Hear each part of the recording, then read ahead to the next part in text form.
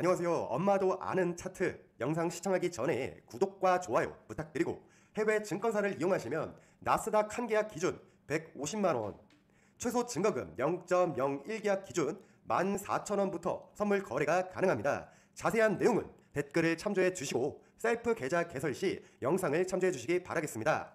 이동평균선의 마지막 급속 엄마도 아는 차트, 오늘은 이평선으로 매매 타이밍을 잡는 아주 중요한 원칙에 대해서 말씀드리겠습니다. 끝까지 이해를 해야 매매 타이밍을 완전히 잡을 수가 있습니다. 끝까지 집중해서 보시길 바랍니다. 오늘 중요한 포인트를 짚기 전에 저번 시간 이평선의 조건 기억하시죠? 뭐였죠? 첫 번째, 이평선 기울기 기억하시죠? 장기 이평선이 있고 단기 이평선이 장기 이평선을 이렇게 위로 돌파를 하는 시점, 그러면 장기 이평선은 어쨌든 하향 추세이기 때문에 이렇게 골든 크로스가 나타나도 다시 하락으로 갈 수밖에 없다라고 말씀드렸죠.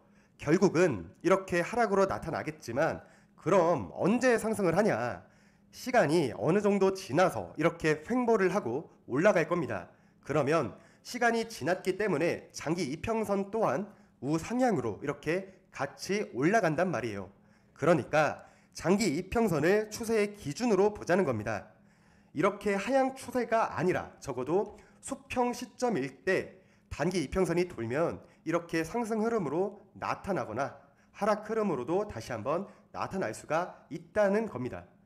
즉 상승을 하기 위해서는 장기 이평선 또한 우상향이 되어야 된다.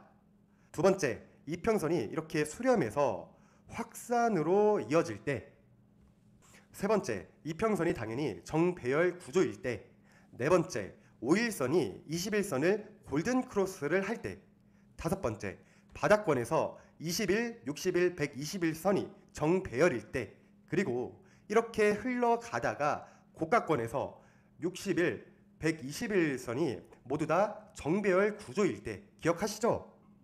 근데 오늘은 그거 다 잊어도 됩니다. 오늘은 오직 기울기에만 집중을 해주세요. 이평선이 우하향을 하다가 우상향으로 바뀌는 순간, 혹은 이렇게 횡보를 하다가 고개를 드는 그 순간이 바로 매매 급소입니다.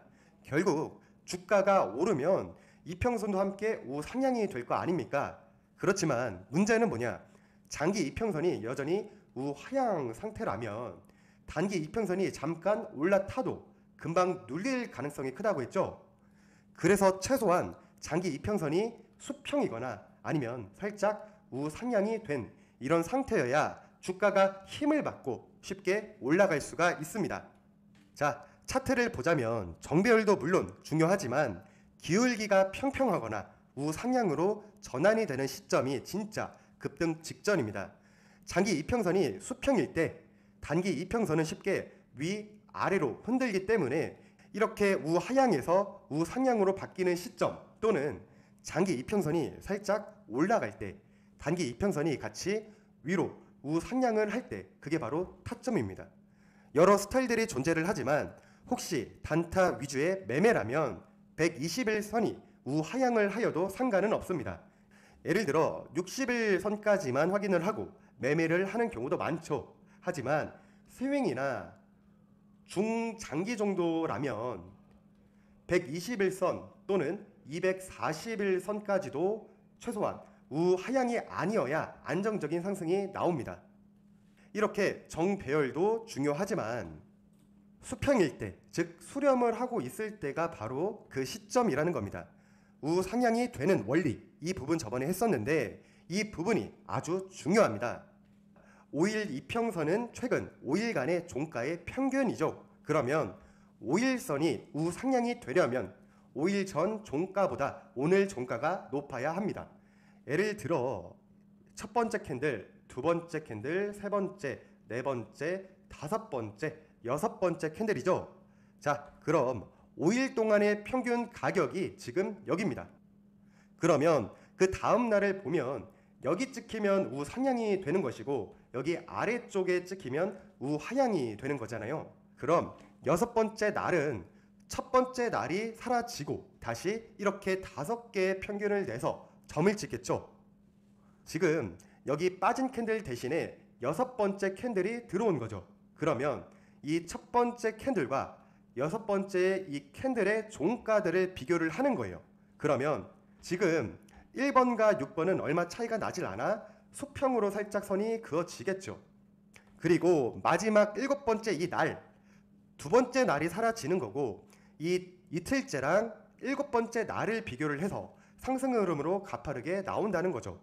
여기서 중요한 건 여기 지금 이 고가가 10,000원이라고 가정을 해보죠.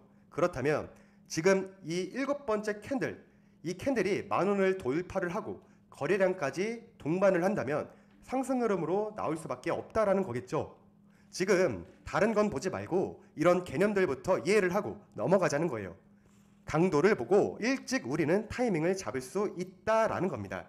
만약 이해가 안 가면 다시 한번 보시고 지금 배운 걸 바탕으로 급소를 한번 찾아보자면, 자, 급소가 지금 여기죠.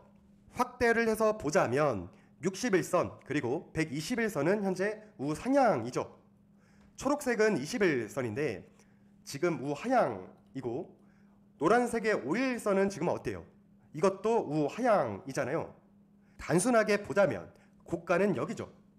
그렇다면 고가를 돌파를 할 때 우리는 이쯤에서 매수를 할 수는 있지만, 우리가 카운팅을 해서 보자면, 자, 5일선이고 자, 21선입니다. 전 고점 돌파를 보자면 타이밍은 여기가 지금 되는 건데, 지금 5일선이 여기고 21선이 여기예요. 자, 60일, 121선이 우상향으로 올라가고 있고 정배열이죠. 그리고 지금 5일선이 21선을 골든 크로스가 나온 상태입니다. 여기에 거래량까지 터진다면 장대 양봉으로 터질 확률이 높다라는 겁니다. 그렇다면 우리는 여기 고점 돌파해서 매집을 하는 것이 아니라 조금 더 빠르게 이 골든 크로스가 나타날 시점, 그때부터 빠르게 매수를 할 수가 있겠죠. 물론 이동평균선만 보고 매매를 할 수는 없고 여러 가지를 보겠지만, 지금은 이동평균선만 보고 매매를 하는 거란 말이죠. 이게 바로 빠른 진입의 원리입니다. 자, 첫 눌림목 이후에 2차 상승 타이밍, 이평선이 소렴을 하다가 확장이 될 때 첫 눌림목 이후에 2차 상승은 적극적으로 노려볼 만한 구간입니다.